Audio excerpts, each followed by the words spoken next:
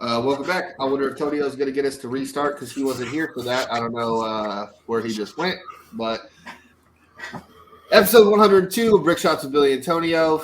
Matt's here. Chris is here. Tonio's going to come right back, I'm guessing, in about 5 seconds. Me and Matt are a little bit sad. At least our teams got to the conference championship game, but hey, we're going to keep on plugging. Before the Cowboys.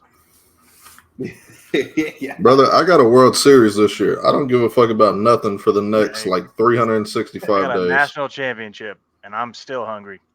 That's fair. Cowboys can go 0-17 this year. I'm gonna still be high off the World Series. That's good. That's what I'm talking about. Some positivity into here. Oh, look at that. Yeah, was that chicken taco? Was that tuna? Shredded chicken with some mango salsa and some avocado salsa. Mango salsa I've never really got. I just don't. Maybe that's just mango and tomato diced up. That's all it is. A little bit of onion in there and cilantro. That's it. But you could just do orange peppers if you're looking for some sweet. But anyway, all right. So we'll get to the Ravens' mistakes first. Like I said, I wonder if Tonio's going to come in and kind of make us restart this thing, and that's cool if he does. But the Ravens' big mistakes, and it's so obvious, and it hurts because we literally led the NFL in rushing attempts all year, and then all of a sudden, and this is the same thing with Josh Allen that I wanted to text. But Chris said it. Chris did say it in the group chat where he literally just had a Josh Allen game, and that's exactly what happened. He being Lamar Jackson, where I don't know if it came from higher up, if Monken, or even if John Harbaugh was like, oh, yeah, no, we need Lamar to throw the ball every time. Like, we don't need a running game to beat the Chiefs. And it's like – I had an idea on that, Billy. Go ahead. I remember we had talked about, I believe it was the week prior, how we thought maybe the Josh Allen, how they decided they wanted to stop running the ball, even though they ran through Kansas City's ass like buttermilk. And y'all had maybe pondered if it was an upstairs decision. Yeah. And then seeing it with Baltimore, like, Baltimore's pretty fucking stable from the top down. I don't think they would make rash decisions. Lamar's already got the bag. They've already brought in a new coordinator to kind of change the offense around this past season. I theorize maybe it's just Mahomes is on the other side of the field. And that, like, he has an aura about him where you feel like you have to score 50. Like we saw what he did in the playoff game against Houston, where they were up, 28-0? And he came back and still won that game. Yeah. We know even without Tyreek, even with a receiving core that's damn near dropping 1 out of every 10 passes he even throws, he's still putting up bonkers numbers. So maybe it's just that aura, the mindset that you get in, like, bro, we don't put up 40 against this dude, we don't have a chance, and we're not going to do that running the ball. But even if that is so, I'll raise you. The Chiefs haven't scored more than 30 points in the playoffs.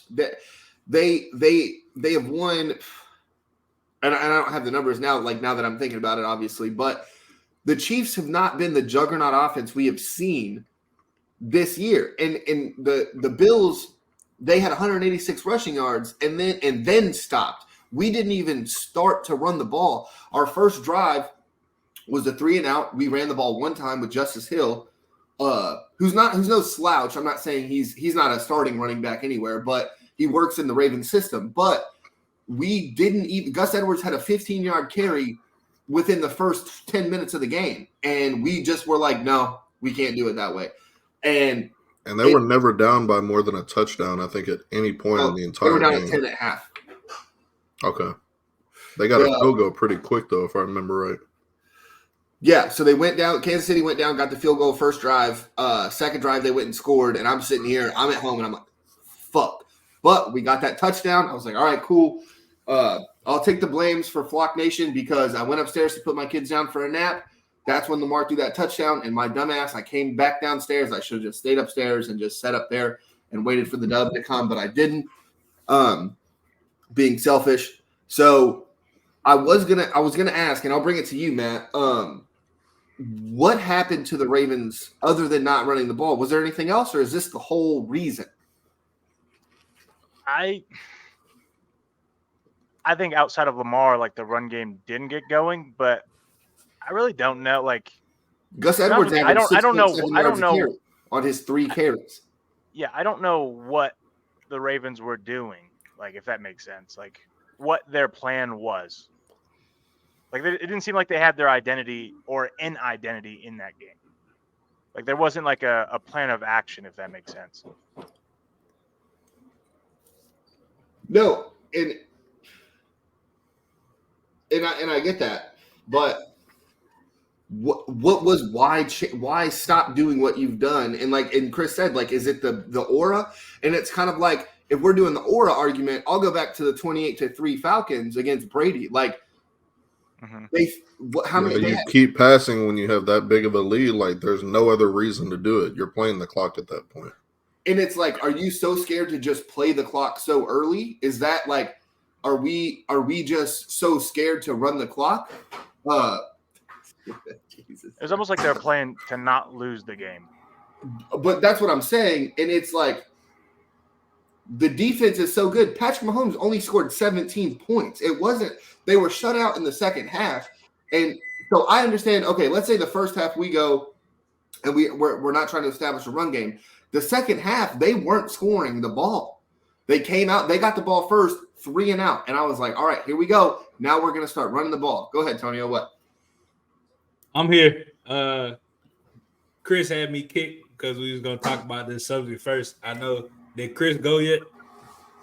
Kinda. He kind of mentioned not on this topic. I talked about how we originally discussed how Baltimore got away from their run game and why that was. Billy said maybe it was another upstairs thing like we had thought about with Josh Allen the week prior. I said maybe it's just Mahomes is on that other sideline and he puts out that aura of we have to score 40 or 50 or we don't have a chance in the game. Fuck Pat Mahomes. I'm standing on that and add Travis Swift to the list too. Fuck him too. But as long as you ain't talk about Lamar, I ain't got nothing to say yet. No, so that was my next point. What's crazy is Lamar, if you take away that awful throw in triple coverage, which he didn't really elaborate on. He just said it was a bad throw. That's my bad, which I love. I love when quarterbacks just fucking say, I fucked that up. But if Lamar just throws that out of the end zone, we don't get that interception. That's another field goal for Justin Tuck, and everything's cool. We're only down 4 points, but he threw that pick, and that was just so bad. And then real fast before you go on Lamar, I'm going to let you go on Lamar. We're not crushing Zay Flowers, I think, as much as we should because he's a rookie. We damn sure should be. And we should be. But at the same time, being a fan, it's like I understand not being ready for the moment. The only issue I have with the penalty is you're down 10. You don't flex over someone when you're down 10. If we were up, I'm fine with the penalty. But being down by 10, that's not when you fucking say I'm better than you. Even though Zay had an incredible game other than the penalty and the fumble. If you look at the stat box, it looks like he had a fucking great game. And I think that shows you Lamar trusting him. I think next year is going to be a problem for the league. Tonio, go ahead. No, I want Chris to go first to talk about Lamar. All my rebuttals are geared towards Chris. Dude, I said in the chat, I don't think Lamar played a terrible game. I was pretty much echoing what Billy said in our group chat. Did he play great? Absolutely not. But was he the reason they lost? I don't think he was the specific reason they lost. I think Zay Flowers deserves more of that blame than Lamar. But I think all in all, it was just – what's up? But losses go to the quarterback. Oh, they absolutely go to the quarterback. I'm gonna disagree with you, Chris. I know you weren't ready for that. Lamar Jackson is absolutely the reason why they lost. You know why? Because fuck you up, Billy. He let the outsiders get into his head. It's a couple plays where Lamar, the athlete, could have ran and got 15, 20 yards, but instead he sat in the pocket and he was just like, I gotta throw the ball. That's what they want me to do. They want to see me be the pocket passing quarterback. He's been doing that most of the year, though. But I get it. He is, but the outside noise still says what, Billy? What is the outside? We've never seen a quarterback like this win anything. A quarterback of Lamar's stature, like Sure. Lamar. Every show, it's so much pressure on Lamar. He's not only doing this for himself, he's doing it for all the quarterbacks that look like him and can run the ball and all. Nah, Billy, why are y'all putting all that pressure on him, bro? Like Cam ain't had that pressure put up on him. He could do the same shit to a certain extent. Cam wasn't near as good as Lamar is either. Not even Lamar's close. great. No, Like, I mean, that's the but difference. but that's what I'm saying. Like, why are we putting all this pressure on Lamar? Just Lamar. Okay, Hey, gotta be. Huh? Let me just say, Lamar running that offense, he can call out of those 37 passing plays that they ran. Well, honestly, if you look at it, because most of his rushes, you could call it 41 passing plays, or excuse me, 46 passing plays that they ran. He could have called out of some of those to run the fucking ball, and he didn't. And that's where no interviewer asked him that question. I watched the whole 30-minute Ravens press conference. Not one person asked him, did you want to check out of any of those of the plays called? Not one person asked that. And why?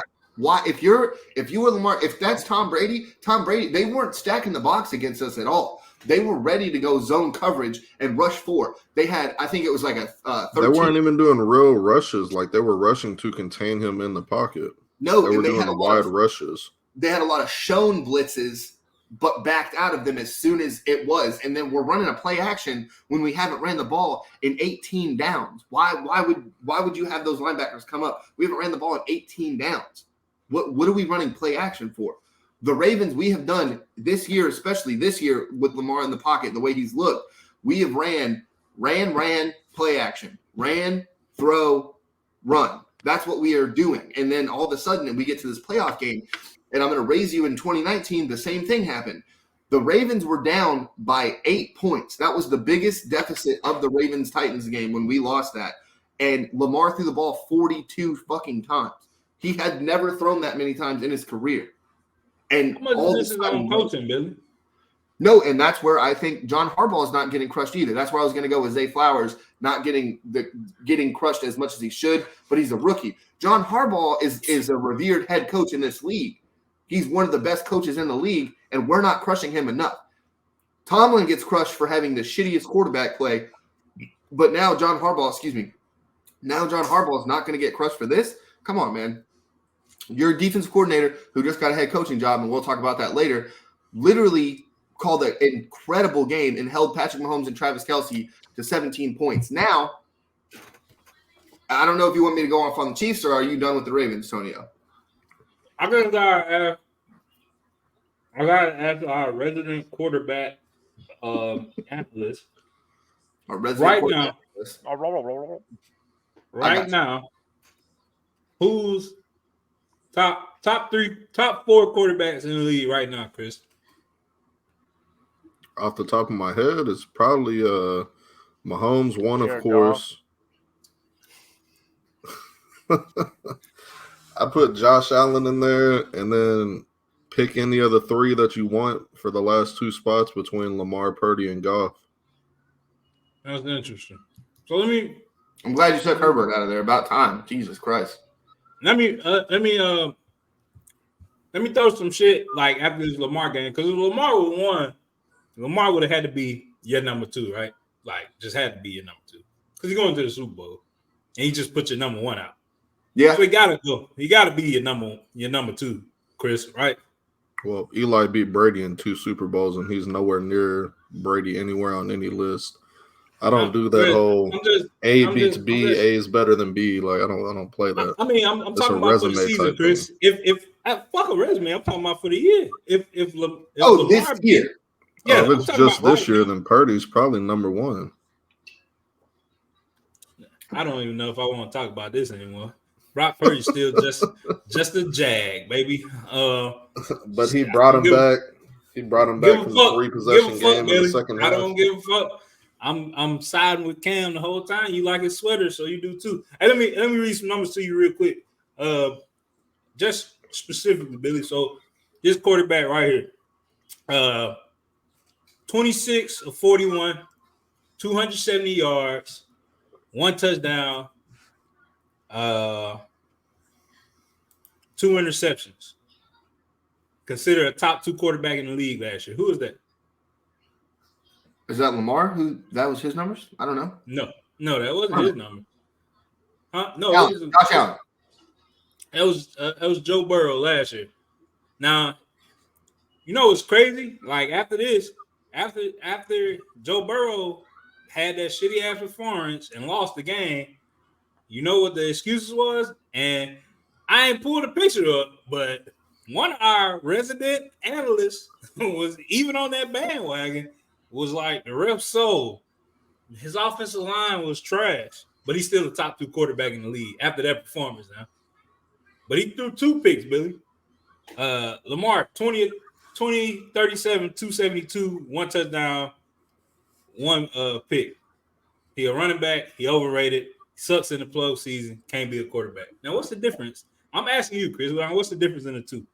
And on January 29, 2023, Chris, you was like, damn, they going to let a roughing the passer call in the game? Come on, refs. That's on your Facebook page. Chris Kelly said that. Now, I don't know. That's not like you fucking bashing the refs to me a little bit. I could be wrong. You could. I had to go Google it, Chris. I just wanted to see if you be talking about the refs too. Cause I know it's just. I know it's a thing. I'm glad you said I'm not even bashing Lamar here. I know you're not bashing him, but I'm asking, like, how does Lamar not still be like top 2, top 3 right now? He's still like he's gonna win MVP this year. They don't say nothing like at all. I don't care about his numbers. Look what he did. He still don't got a bona fide number 1. We seen that in the playoffs. His bona fide number 1. Oh, here comes the pause. His bona fide number 1 fumbled at the goal line and got him a 15-yard penalty that took him out of the red zone. That's his number 1. Odell sat on the sideline until like 9 minutes left in the 4th quarter, which is really strange to me. So 0 separation. Let's also, hey, look. There was 0 separation from these receivers too. Lamar, it was so shitty watching this game where we're not running the ball. Again, I'm gonna always go back to not running the ball when you haven't done that. Where if you look at Joe Burrow's, I understand the 2 picks. And correct me if I'm wrong, one of those picks was off the hands of Jamar Chase. But Joe Burrow, it's a different. I wonder if it's a different conversation, or maybe I'm just making excuses. Where Joe Burrow's got to a Super Bowl. It doesn't like you could just end it there. Joe Burrow has got to a Super Bowl, and he beat Patrick Mahomes to go do it. And we haven't seen. You can crush Lamar's playoff record and whatever all you want, even though that's stupid. Because again, look at John Elway, look at Peyton Manning. There's quarterbacks that struggle in the postseason. We're acting, again, it's somebody like Chris, where we're acting like it's just easy to win in the postseason. We've seen Brady do it.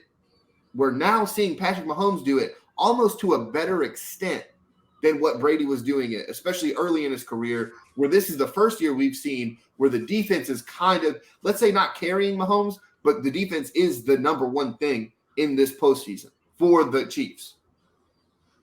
And we've seen it already. Where Peyton Manning, it was hard for him to get a couple, but he did. He got 2 against Brady. Brady has fucking 7, or let's just say 6 while he was with New England. Peyton Manning got 2. Joe Flacco got 1. Ben Roethlisberger got 2. Eli got 2. Nick Foles got 1 on Tom Brady's watch. Matt's favorite quarterback he never won in the playoffs. Phillip Rivers is Matt's favorite quarterback. Matt, do you want to unmute yourself to come in for that?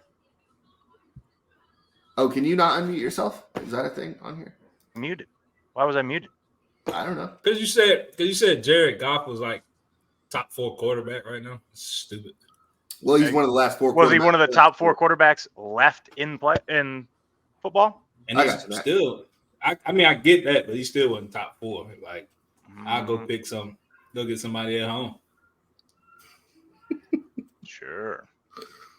He throwing picks through people's hands. Sucks. All right, so let's go from Jared Goff to the Detroit. We gotta talk Chiefs. We didn't get on the Chiefs. Oh shit, we didn't talk about Chiefs. You're right. So let me. I'm gonna go.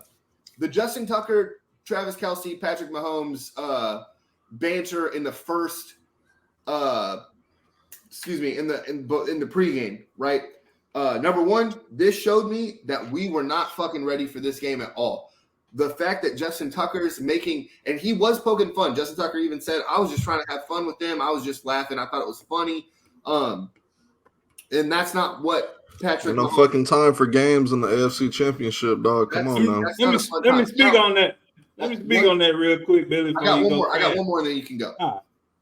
Justin Tucker also were at a lot of people were saying, why is Justin Tucker warming up from the goal line? Justin Tucker every single week constantly kicks from literally the end zone, the front of the end zone, the not even 1 yard line, the front of the end zone, and works his way back in 5 yard increments. He kicks 20, 15-yard field goals and goes back, kicks 20 more, goes back, and kicks another. I'm just saying that's been his warm up. Now, him being a bitch to the fuck, somebody from the Ravens should have ran across that fucking field and been like, we're not fucking doing this, but nobody fucking did. Go ahead, Tonio. This is how I know y'all wasn't ready, Billy, because Terrell Suggs and Ray Lewis, or not even Ray Kuhn, I don't even fuck with him. Terrell Suggs and Ed Reed would have beat the fuck out of Pat Mahomes and Travis Kelce for even looking at Justin Tucker kicking them field goal. He would have seen him push his helmet, and they would have seen it from a distance, and that would have gave y'all an edge. Because first of all, Pat Mahomes wouldn't have been able to play because I know he can't fight. No, he can't fight. They would have beat the fuck out of him. Patrick Queen and Roquan let me down, dog. Like they were still there. They were still there sticking. Like they were. Well, because they had that little altercation on the sideline too. Yeah, don't get me wrong. They had a hell of a defensive game. I cannot shit on them for their defensive play, but their toughness, like, bro, the old right when Terrell Suggs came out, they had a defensive spot, but them dudes was just mean as fuck, bro. Like also hard university. Yeah, but they were just mean as fuck. Ed Reed literally got mad because he got hit by somebody else and wouldn't hit a fucking kicker, bro. Like, bro, like, y'all didn't show that, Billy. Like, it was, I don't know, man. I'll still be beating Travis Kelce. Yeah, I fucking hate them, bro. And I would have found Jackson in the stand. I would have beat the fuck out of him. Like, whole Mahomes family would have been feeling, bro, in Baltimore, dog. And we lost, man. Fuck a press conference, you know. They in there making lives while we still at the stadium. Nigga, don't you know I got fucking access here? I'm coming in there, bro. Like, Billy, what I got to lose? Season over. Find me. I'm gonna beat their ass. I want to set precedents for the next season because we're gonna see y'all again. I know it's gonna be y'all. Yeah, I think we're gonna open with them next year. Joe, I'm talking about the AFC Championship. Joe Burrow's not gonna get an offensive lineman in fucking Cincy next year. Joe Burrow's finished 3 out of 4 years injured now. Yep. Yeah. The only year he hasn't been injured, they went to the Super Bowl. So, Matt, how do you take the Chiefs win? We already talked about the Ravens loss. How do you take the Chiefs win? Not surprising and almost expected just because it's Patrick Mahomes at this point. Doesn't matter. He's entering the Tom Brady, throw him a trash bag with fucking feet, and they're going to win the game. Like, it's just entering that territory at this point where just 3 years ago, it'd be like, oh, we'll never see another quarterback like Tom Brady, and fucking here he is. Boop. Right there. He's not like Tom Brady. Don't try to ever disrespect the real man. Oh, is he back in the Super Bowl? How many times has he been in the Super Bowl, and how many seasons has he played? I don't give a fuck about that, Matt. He ain't got 7. He ain't going to get close to 7. He's only been in the league 7 years, and he's got 2 of them. Okay, well, I don't give a fuck. Matt's still a bitch, and he ain't Tom Brady. Tom Brady was getting smacked around. They showed a clip. I sent the clip in the shit. Pat Mahomes getting up. They hit me. Flag. He a bitch. He a bitch, bro. And he ain't bagged Giselle. His wife look like you. Regular bitch. Bitch, man. Let's pause it here. Out here married? Am I the only one who doesn't see the hype in Giselle's bony ass fucking face? I don't get it either. She's You're a not model. the only one at all. It ain't about the boniness. It's about the billions, motherfucker. What's wrong with you, dog? Oh, but you're gonna hate on Taylor Swift. You're talking about the billions. Taylor Swift is worth 3 times as much as Giselle. Bruh, fuck Shut Taylor Swift. up. See, Fuck Travis that's why you're Kelce. just a hater. Taylor Swift Fuck. is worth more. Fuck. I gotta keep going down my list. Taylor Swift makes Janelle's net worth in 2.5 hours of a concert. She is. I wouldn't know that, Chris. I don't know a Taylor Swift song. Never will. Fuck it. Team Taylor Beyonce. Swift songs. Oh, I Yeah. doubt that. You're doing the Nick Saban. What's a face chat? That's what you're doing right now. Stop. You goddamn right. Don't know what it is. Don't know what it is. Who's Taylor Swift? Is there some random white lady keep popping up during the NFL game? That's what Bly said. Dear NFL media, stop showing this bitch. We She's love on her. 32 seconds of a game of a 3.5 hour game. Stop. No, she's not. Yes, she is. She's not. Billy, the script They got is the numbers. Tony. Billy. They got the numbers. Billy, the script is written. They gonna almost beat the 49ers. She gonna run on the field. Travis gonna have a fucking ring just right in his pocket, and he gonna propose on the field at the end of the Super Bowl. Watch what I say. And she gonna go up there and perform with Usher. I don't want to see this bitch with Usher. Anyway, stop being silly. Chris, how do you think the Chiefs went? The Chiefs won. That's about all you can say. It wasn't impressive. They started out hot and fizzled out and did just enough. Well, they didn't do just enough. The Ravens did just enough to make sure that they won, because they didn't do shit after the first 2-3 drives. Nope. I mean, defensively, they made plays when they absolutely needed to, but it didn't seem like Baltimore really had much of an issue moving the ball. There were a few 3-and-outs in there, but Baltimore put enough drives together to where they could have easily been around 30 for the game. But timely turnovers, timely stops, like the bend but don't break. I'm curious what it's going to look like in 2 weeks against San Fran. Also, one last thing, it's going to be Chris, interesting. to interrupt your shit. Fuck Pat Mahomes and Tony Romo just glazing him every 30 seconds, bro. Pat Mahomes just takes the snap so amazingly. God damn. Like, what the fuck? You see how he got sacked, how elegantly he got up? Bro, shut the fuck up, bro. Man. Hey, Tony does love Patrick Mahomes. And you know why? You know why, Billy? Because he's the best quarterback we've ever seen. No, because he played for the fucking Cowboys and all they do is eat dicks over there. No, Tony Fans also, included. hey, real offense, fast, Chris. if you're talking that, Tony glazes over every quarterback. He talks any quarterback that's playing, he talks. I ain't hear him say shit about Lamar, goddammit. Bruh. The only negative thing he said, why did Lamar throw that in triple coverage? And that's kind of a good fucking question. Okay. I'm curious how Brady's going to be on the booth next year. Brady's going to talk. He's going to talk bad about everybody. He's going to talk about all these. I can throw it better. I watch games just to listen to him shit on people. I'm kind of sad that they're breaking up Burkhardt and Olsen. But Chris, Greg does a good job too. Chris, I cannot wait for him. Your top 5 next year, I can't wait for him to fucking obliterate him. Like, Brady's going to be in the top 5 next year just on his commentary. Here's what you should have done with this play. You should have fucking thrown the ball to the receiver accurately. Hey, Billy, and you know how I know he going to shit on him? Because he's just out here doing seminars, throwing dots to fucking rugby players. Dude, he threw a fucking dart to whoever the fuck that was. Over people's heads. I'm just like, in my head, I'm just like, he's gonna take somebody's fucking head off. Brady was still throwing the ball hard as fuck even at the end of his career. I just don't think he wanted to do the grind anymore. Dude was like, I was like, God. But I will say that's a fucking goat, man. You don't know nothing about that because you glazing over golf. No offense, I'm sorry, man. Let's go to the line, Billy. No, I was just gonna let me just the last thing for the Chiefs.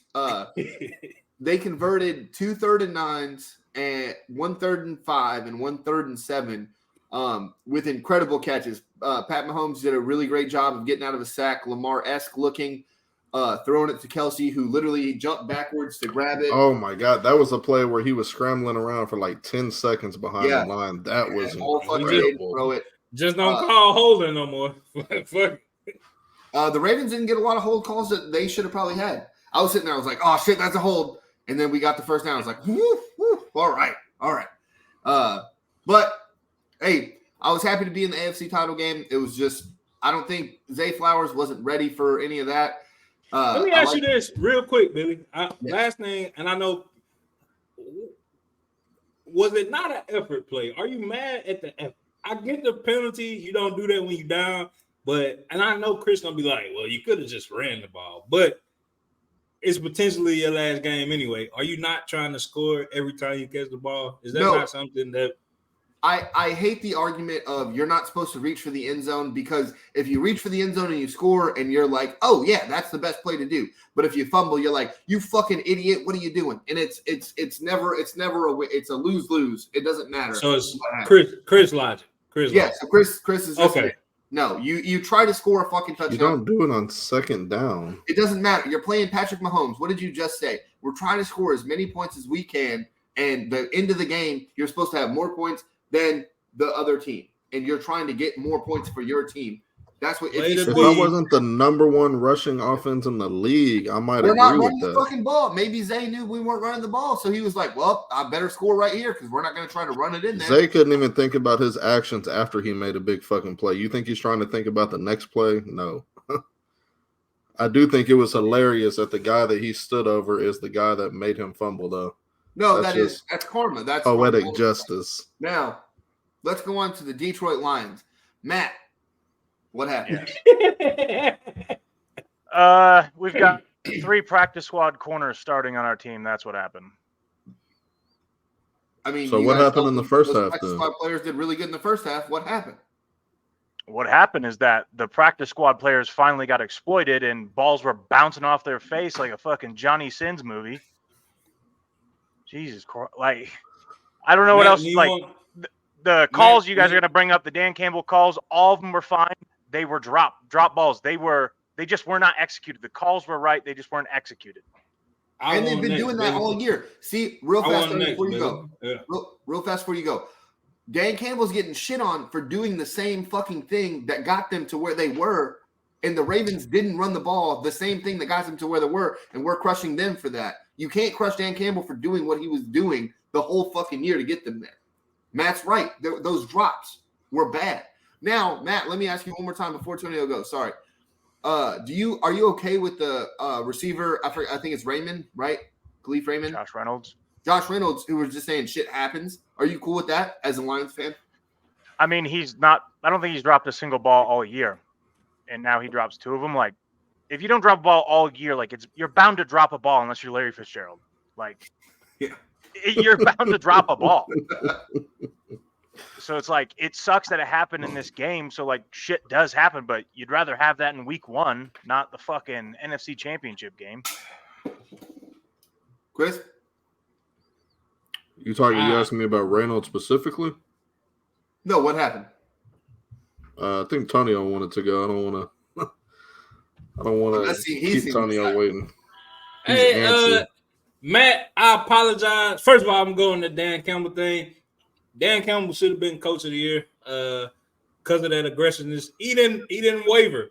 When you're aggressive from the start to the finish, bro, I'm with that every day, all day. And that team still next year they're still gonna run through a fucking brick wall for him because that's who he is, bro. That's how he feels. Yeah. So I ain't mad. I don't think Detroit's run was a fluke run. I think he got something going there. Their cornerbacks. Let me ask you one more time. So I love that you were talking about Dan Campbell. Let me just throw a question in there. Do you have a problem with him saying it's going to be this might have been our only shot? It's going to be twice as hard to get back next year. Because think about it, that's the fucking reality, dog. Like, people get healthy. There was a lot of people injured and out over there. Like, people get healthy. Like Matt said, they got fucking practice team cornerbacks. Yeah, it's gonna be literally real real wide receivers come. Justin Jefferson gonna be healthy next year. Like they're gonna have to play real wide receivers again. Like the Packers are gonna be good from the start too. Yeah. You know what the fuck I like about Dan Campbell? He real. He telling the fucking truth. I don't want to sugarcoat this shit. Hey, we can get back here again next year. How many people do that other than Tom Brady and Pat Mahomes? If y'all want to say that, fuck Pat Mahomes. Nobody does it. It's hard. We don't see the same team. So no, I don't have a problem with Dan Campbell being real. I actually respect him more and hope the Lions never fire him because that is the brightest light that Detroit has had in a minute because the Pistons still suck. But Matt, coming back to Detroit, man, I'm sorry, but it's scripted, Matt. They did not want two black cities in the Super Bowl at the same time during Black History Month, man. It would have been a bunch of white buffs and dice games going on, and they did not want that. And who's doing the halftime show though, Tonio? Usher, bro, they would have been Usher from? Yeah, Where's Usher from? I want to say Cleveland. Yeah, I thought he was from Cleveland. Okay. Yeah, I want to say Cleveland. He was always at Cavaliers games, like a lot. So I want to say Cleveland. They didn't want that, Matt. I'm sorry, That y'all. would be a very good Super Bowl, right? With the Detroit. It would have been hard as fuck, bro. Detroit and Baltimore, bro. It would have been so much crime at the Super Bowl, man. And people look at that shit negatively. That's what would happen. If police would have got overtime, bro, you got to look at the positives, man. Like, them custodian people would be working that job for weeks cleaning up the shit and trying to get the marijuana residue and smells out of that motherfucker, man. Like, we missed out, man. Now we got Putin versus Stalin playing. They wanted two of the whitest goddamn quarterbacks in the league playing against each other. Even Brock though Purdy and black. No, see, Billy, you be on Twitter, bro. The community don't really fuck with nobody but Pat Mahomes' daddy. That they don't even mean that he's not black just because they don't fuck with him. Billy, you can't really. I can't tell you who white, just like you can't tell me who the fuck we accept over here. You're telling me that Patrick Mahomes is white, and I'm telling you he's not. Yes, he is, bro. Hey, as the NAA QB president of the white delegation, we'll take Patrick Mahomes 100%.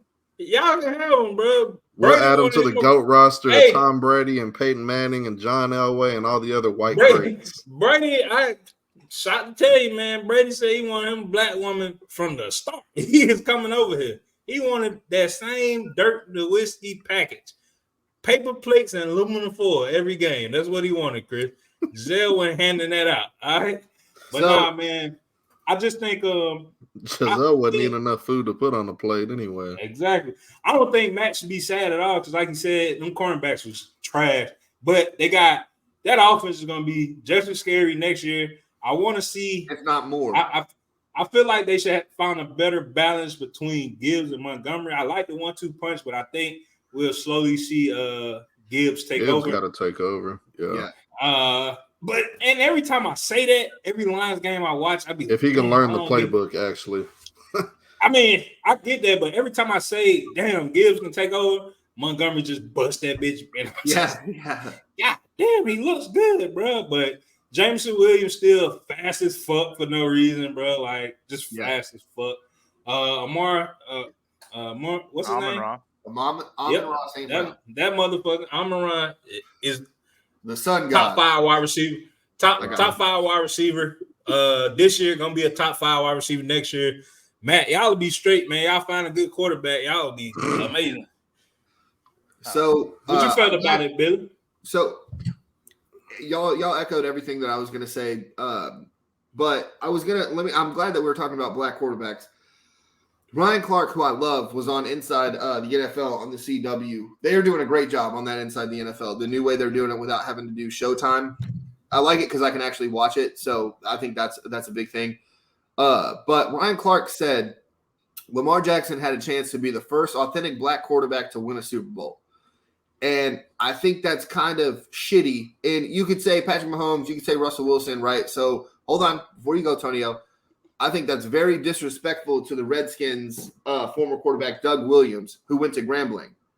And it's just crazy that we're in this quote unquote race debate where you're saying Lamar Jackson's an authentic black quarterback, what about Jalen Hurts? Is he not authentically black? Is again Doug Williams, who is a Super Bowl champion, is he not authentically black? Like, why is it? And this is to you, Tonio. Why is it that we need a quote unquote real black quarterback to win a Super Bowl for it to be worth it? So I'm gonna just tell you, because that quote alone, that's what I was speaking on about getting in his head.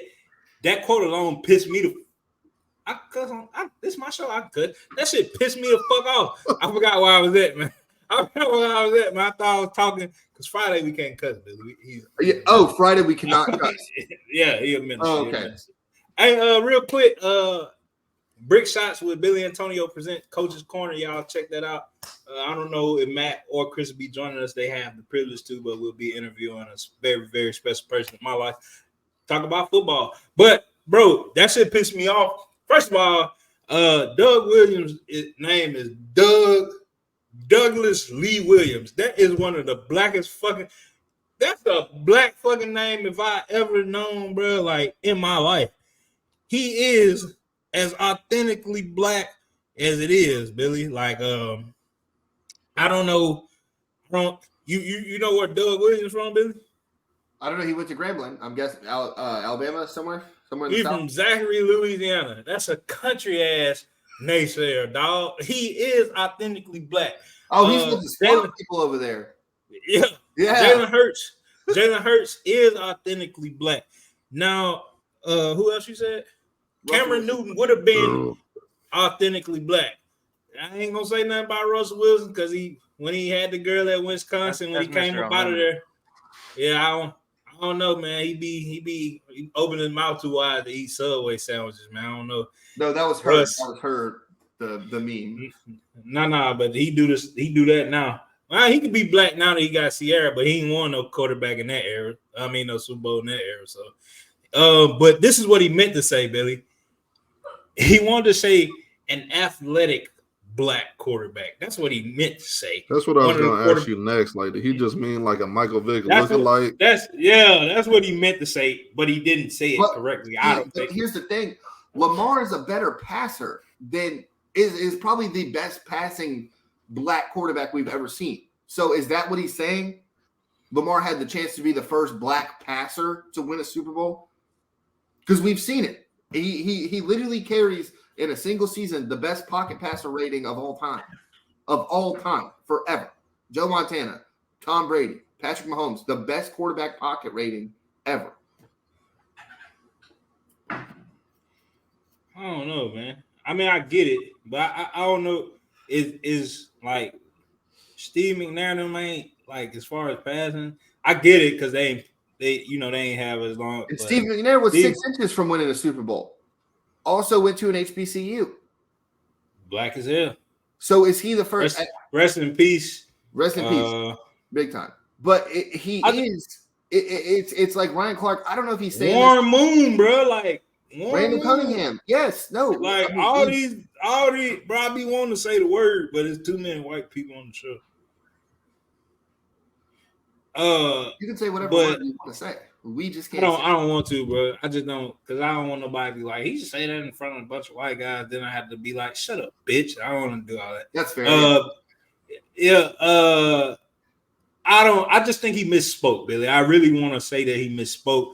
He want to say the first black athletic quarterback or he wanted to say the first quarterback that they called a running back that should have been a running back or should have been something other than a quarterback.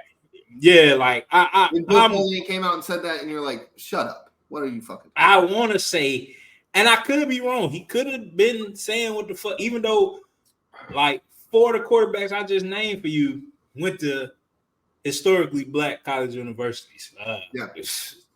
Them naysayers, Billy. Like you go there, you a naysayer, dog. So Matt can't speak on this subject. I got a question. Oh, okay.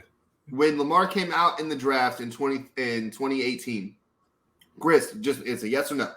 Did you think he should have moved to receiver? No. Matt? No.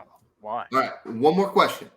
Did we think Bill Polian was the dumbest guy of all time by saying that he should have moved to receiver? Or did you take him for his word as a GM, who was a great GM for the Bills and for the Colts? Did you take him at that and saying like, maybe he's onto something because he's a great GM? Chris? I took it as the leagues passed him by. Matt? I don't know why I'd listen to a 95-year-old man. Look at fucking Jerry Jones. You'd listen to him? Chris does. No, the fuck I don't. Also, Billy, he's a great GM for a Bill team that couldn't get it done. So there you go. I don't know how great he was. But yeah, I hated that, Billy. I was hoping you would bring it up. I'm glad. See, we be right here, bro. We be right here, man. But I really truly hope that he misspoke and wanted to say like authentically athletic. But like I said, Jalen Hurts is not as he might be. He can run healthy. He can run the fuck out the ball actually. Yeah. But he doesn't throw it like Lamar does. So, but I don't know if he would have won. Would Ryan Clark still be saying that this year? I don't know. I'm hoping he misspoke. Super Bowl last year and had a chance to win, lost by 3 points. So that's what I'm saying. Like I don't know like what makes him. I don't know, man. Maybe light skinned. I don't know. So. All right, let's go. We'll do some coaches. This took a lot longer than I thought it was going to do. I thought we were going to sit here for 5 seconds. Playoff football, baby. Yeah, that's true. All right, we'll spend the whole hour and a half on the Super Bowl in 2 weeks. Yikes. Breaking down commercials, the halftime show, each individual fucking play. Boycotting it because it's Black History Month. I'm gonna go to Selma, Alabama, and sit at a bus stool or a bench and not watch this shit. All right. Well, for the people that are going to be watching football, the Seahawks, the non-psychos, defensive coordinator Mike McDonald to their head coaching position. They went from the oldest head coach to the youngest at 36 years old. Let's go to Matt first for this one. Do you like this hire? I know he's a Michigan guy for you. That defense next year is going to be probably one of the better ones ever seen. I'll say that. Because this year, they were like I forget the stat, but there was the first time in like the Super Bowl era that a team led the league in picks, sacks, and like scoring or something like that. And then now they just added one of the best defensive minds in football. Yeah. So they just added one of the best defensive minds in football to go with an already great defense who will probably keep some of the stuff they did last year, and then he's going to look at it on ways to improve, obviously. Yeah. If they get that offense going, they'll be a great team next year. Chris? I think for Seattle specifically, it was a fine hire. They got an older veteran quarterback. He's already done all the developing he's going to do, which anybody who's seen the show, especially over about the last month, knows that's my big thing on why I want offensive guys as head coaches. But Seattle's got a veteran guy. He's done his developing. He's as good as he's going to get. And they were 24th ranked in scoring defense last year, while Baltimore had the number 1 scoring defense. So they need to improve on their defense. I think if they do, they got a chance to get back to the top of that division. I think it's a good hire overall for them. For Baltimore, I'm a little concerned because I feel like they're definitely going to fall from the number 1 defense. Unless they get Bill Belichick to come be the defense coordinator. So, Antonio, how do you like the Seahawks hire? I hate agreeing with Chris, but I think it's a bad hire because their offense ain't good neither. Like, their defense wasn't shitty; they just didn't score a lot. But offensively, I mean, outside of Metcalf, Mississippi, you see it. What's the name over there on the other side? He looking like he's getting a little long in the tooth. His production is slightly failing. DK, if he can't, I can't think of his name. I said, what's his name? The guy who led the league in tackles, Bobby Wagner. Yep, talking about a fucking wide receiver, you idiot. So stay on course. Sit on the other side. Sit on the other side. Other side of DK. God damn, man. No, you just said the other side. Oh my God. See, you come in here trying to be right. Get the beer out your throat. No. Go ahead. Keep going. The Diet Either Coke. way, Diet Cock is crazy. I forgot what the fuck I was talking about, bro. But DK, I don't know. DK like fighting now, so shit. I don't know if he can stay on the field either. So I don't know what a good defense would do for a subpar offense. Like I mean, unless they do become the number one scoring defense, like y'all were this year.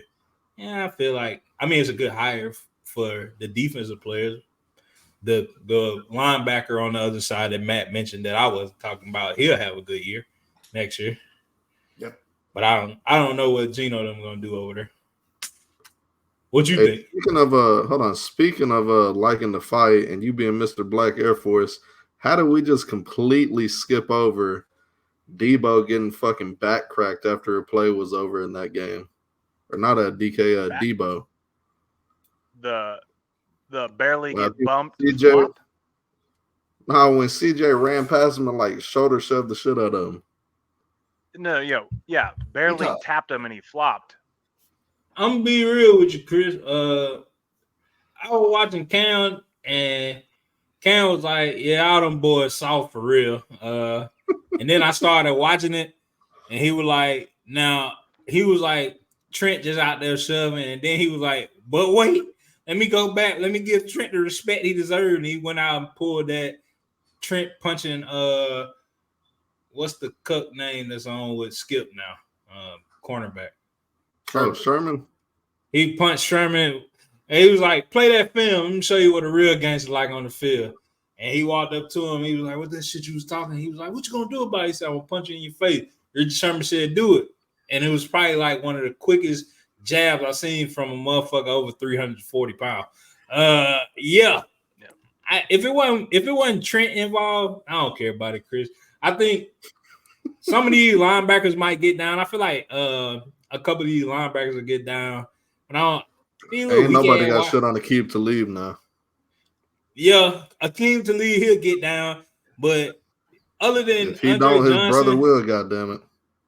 Other than Andre Johnson, these weak ass wide receivers ain't doing nothing, man. They just out there chatting. Or DK will punch a motherfucker. Oh man, went out the what's the linebacker one of my from? Favorite things. Go ahead. No, I was just saying, like those memes you like scroll and you see a random one. It's like everyone minding their business, and it's DK 40 yards down the field where it's a practice squad corner just throwing hands. It's like the Rock'em Sock'em robots. Yeah. He's just out there. I like that. Out of people for no reason. I like that shit, bro. So some people do it. Chris, it's my practice area. But Debo and Gardner Johnson, they not it. They not the next ones. They gonna beef online. They gonna play each other. They gonna make plays against each other. They gonna push and shove a little bit, and then they gonna go to their respective corners. If it was real smoke, somebody will help me would have came off or something. But Billy, how you feel about the hire? I think it's a great hire. Chris said really good. I think it's a great hire. Seattle is a franchise who's going to give somebody time. So if Mike doesn't fix it in a year, they're not going to be like, "Oh no, what are we going to do in Seattle?" That's a tough division with San Francisco. That's going to be there for the next years to come. The Rams are going to probably come back after they have a great team too. The Cardinals, they're going to suck forever, so don't worry about them. But I think it's a great hire. I think he'll fix the defense in 5 seconds. The defense isn't as talented as Baltimore, so I don't think – you guys were saying, they're 24th in defense.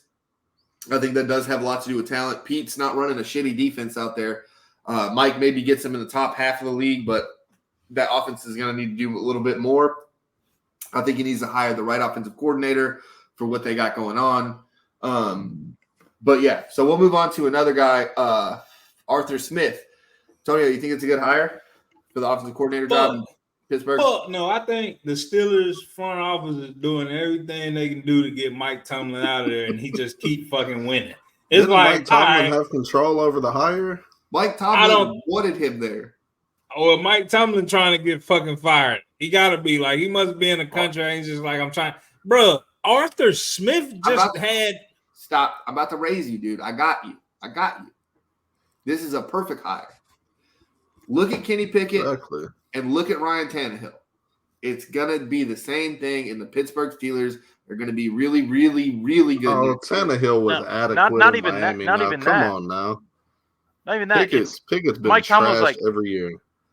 Mike Tomlin's like, what offensive mind was just dealing with shitty quarterbacks for the last few years? Oh, Arthur Smith. Did he win almost go 500? He did.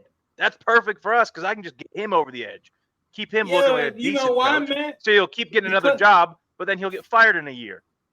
But Matt, his backup over there in Atlanta was better than Mason Rudolph and fucking Kenny Pickett. Like, bro, Only in the playoffs I don't know. and for 14 seconds of a game. What was that white guy over there, number 3? Heineke. No. It wasn't Heineke. It was Yeah. somebody else. Heineke was This the year? backup. Ritter, In Atlanta? Black talking guy, about red, Ritter's white. backup? I Yeah. think they had Oh, yeah, one more Heineke. quarterback start some games. Yeah, that dude. The dude over, not Heineke. It was another dude. He looked good for like 2 games. that was Heineke. Ooh, Heineke was the backup, and he was on the Commanders, and he would just scramble out, get his back blown out in the playoffs or about to go to the playoffs. Hey, we gotta get a pause button, That's what you're Billy. talking We about. gotta find that. Get his back. No, going there ain't out. no pause. Remember, he dove for the end zone, and his whole back got crumpled. Yeah, Man, it was but yeah, just Heineke. There's a guy named Logan Woodside who had 27 yards passing, but yeah, it was That's Heineke. it. So He looked good. I don't for 2 think- games with 27 yards it's passing. a terrible hire, Billy. I don't like it. You already said, George. What do you feel about it, Chris? I don't think it's a good hire. I don't think it matters because they have Kenny Pickett at quarterback, but for shits and giggles, I'm sure he'll take their 2 best offensive weapons and never fucking use them and make sure everybody else gets touches just like he did in Atlanta. So luckily they don't have anybody quite as talented as Kyle Pitts and Bijan. So George are you Pickens? Are you fucking crazy? George Pickens is talented as fuck, Chris. I think Kyle Pitts has more What's talent. that tight end from Georgia who's like 6'8", 300 pounds, moves like a cat? Darnell He's Washington. basically Penei Sewell, but like 15 pounds lighter. Yeah, Darnell Washington. What you think, That Matt? guy You ball, think he's it's a good hire? Freight train. I think it's a good hire just from what I said earlier is that he had shitty quarterbacks, and then now he's going to shitty quarterbacks. So as long as he gets a winning record, he'll get another job eventually, and he'll stay in the league forever. Tomlin does that on his own. I know, but that's why he got hot. He was like, fuck, where can I go to look decent? Last year, Kenny Pickett just needs to be a If little he gets bit a little better, yeah. and we'll this see. this hire is going to make him Exactly. a little bit better. That's the thing. That's what's going to drive me fucking crazy. Let me ask you this question because we gotta move on. Desmond Ridder? Holy Let me- shit. Let me ask you this question: is it not time to give up on the hometown hopeful? Because They need to trade for Russell Wilson or enjoy another 9-8 year. dog. Why can't they just I feel go like a get first-round like? quarterback needs that. Why can't they just go I get mean, like doesn't need it, baby, but deserves it. baby Tua or some shit like that? They might. Who's on the market? They might. No, I mean- he's talking about draft. I'm They talking might about get draft. him. Like just go get baby Tua. As long as they don't go get fucking JJ McCarthy or some dumbass shit like that. Another Kenny Where they're Pickett. drafting, they're going to have like the 6th or the 7th quarterback off the board. I don't think they're getting a starter from where they're at. What draft pick do they have? The one of Late the teens, 20s. early Probably 20s. 20. That's baby Tua. They They have got 10 the wins, quarter. so The way the quarterback's going, they got JJ McCarthy going at 17. Baby Tua will still be on the board. That's an easy quarterback pickup. Well, you Maybe- can go get maybe look- Tua, who's bigger than Tua. Look go at in, Russell like, the Wilson. fourth. Russell Wilson was found in the 3rd. Dak Prescott. I know everybody hates Dak Prescott, but he's serviceable. Got him in the 4th. You got guys for free that perform like shit against good teams. I don't need to go pay somebody $60 million to do that. That's what I'm saying in the draft, Chris. That's what I am saying. In the draft, they can go get somebody to do that. Yeah, he ain't paying nobody outside of top 10 big money, Chris. Look at Brock Purdy, the last pick of the draft, and he's in the Super Bowl. Couldn't even afford to get his offensive lineman gift. That sucks. Yeah, what he's supposed to do, you know? He couldn't All even right. afford to live on his own, Tonio. He does have a roommate. That's why. It's in San Francisco, though, so that's kind of skewed a little bit. If he was somewhere else, he'd have his own spot. I ain't mad at him. Hell, I seen them Navy orders. I know motherfuckers left the battalion like they sharing the houses with wives and family. They 2 families live in the house, Chris. That fuck, I ain't mad at that. That's just All up one E4 income. Yeah. They might go a month without lights out there, motherfucker. Chris, I don't. They hit him with the All right, Lions. Oh, shit happens. Let's get on to Ben Johnson. Ben Johnson. Ben Johnson. We got a lot of shit to cover. Yeah, we're already an hour deep in this. Fuck. All right. Hey, Ben Johnson. I'll say my piece real quick. I think there wasn't a lot of good jobs open for Ben Johnson to leave Detroit. I think you got to kind of pat your record a little bit for him to get a job worthwhile. And that's just me. Why not? If you just got to the NFC, and that's maybe Mike McDonald's thing, where it's like maybe you stick around, let's try to get a ring. And Ben Johnson's probably doing the same thing, sitting with Dan Campbell and just wanting to do the right thing. Loyalty, I think, does mean a lot for some of these coaching hires, where it's like I'm going to stick around and try to see this thing out. But what do you think, Matt? That's your territory. I'm sure you like that, like him staying around. I love it. Also, yeah, it was really like he probably only would have took the Seattle job because who the fuck wants to take the Commander's job? Like, I get it. Oh, it's your first gig for head coaching, but like, if you got a good team you're on, it's not like he's going from the fucking Titans, but he's just got a good, like, you know, whatever, like, resume, I guess, to be a head coach, right? So, like, he's not going from a shitty team to go lead a team. He's like, I'm on a good team. I don't want to go to a shitty team.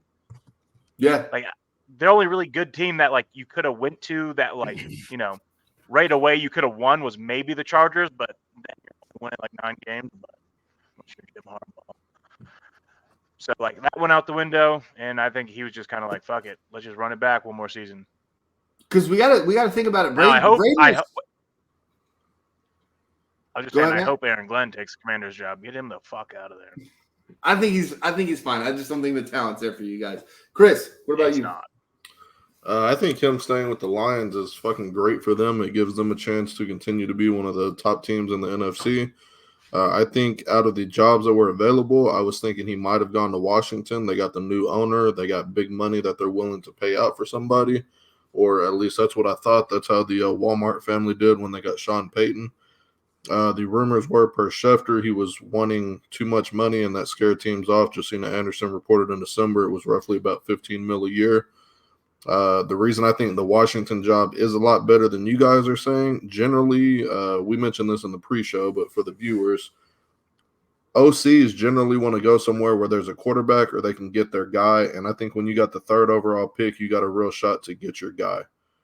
And you have the most cap space in the league, so you could have went out and you could have signed all the offensive free agents to give him all the help he could possibly need.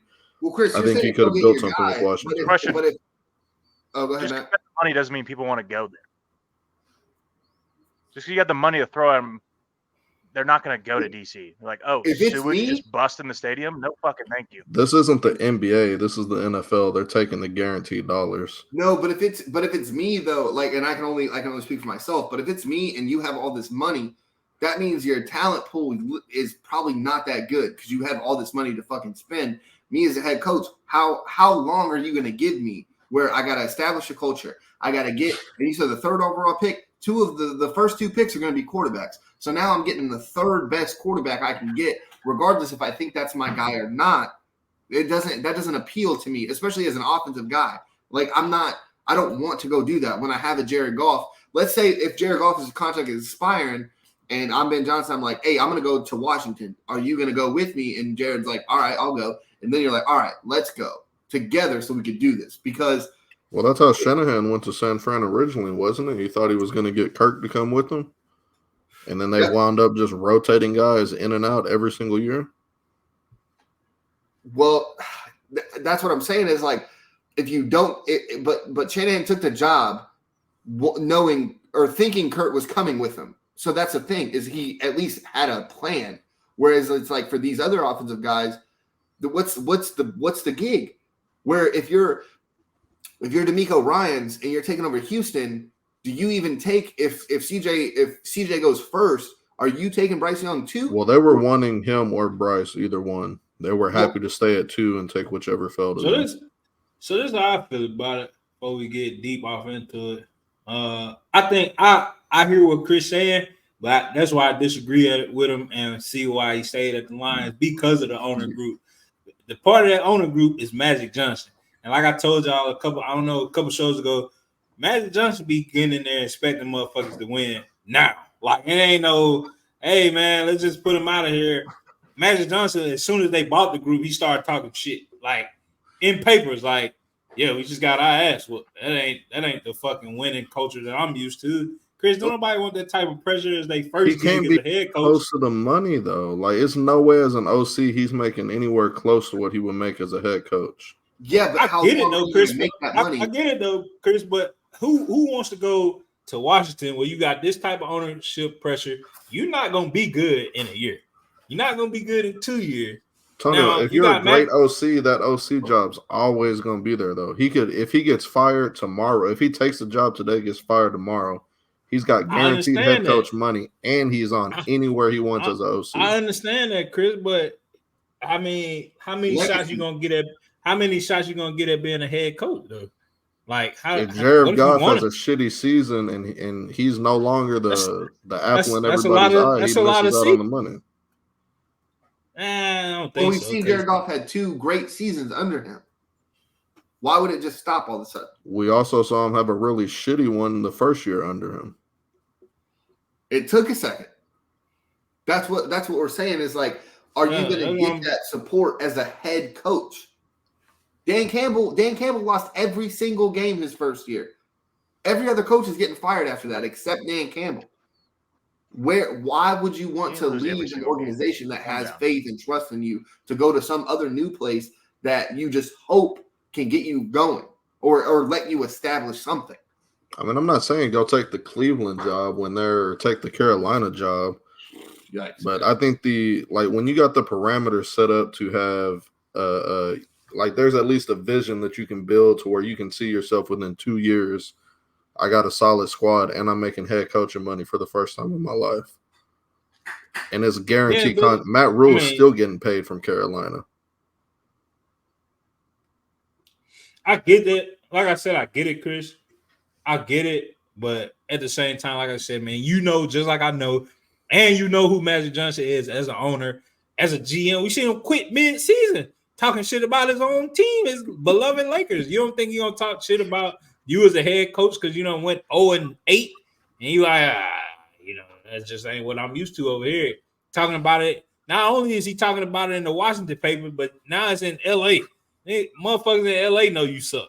Like, come on, Chris. I don't think that's a lot of pressure, man. That's why I think I'm pretty sure either what's his name? Damn, lost my mind.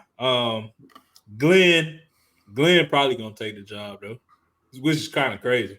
Who, Aaron Glenn, the defensive coordinator? The defensive coordinator from Detroit probably take it. He like one of the last 2 candidates in the. Where does Vrabel go? Vrabel's still out there. Bill is still out there. There's still some good coaches out there. And White Billy, them coaches been, man, y'all might end up getting a fucking amazing defensive coordinator. Either way, let's move on to the next one, Bill.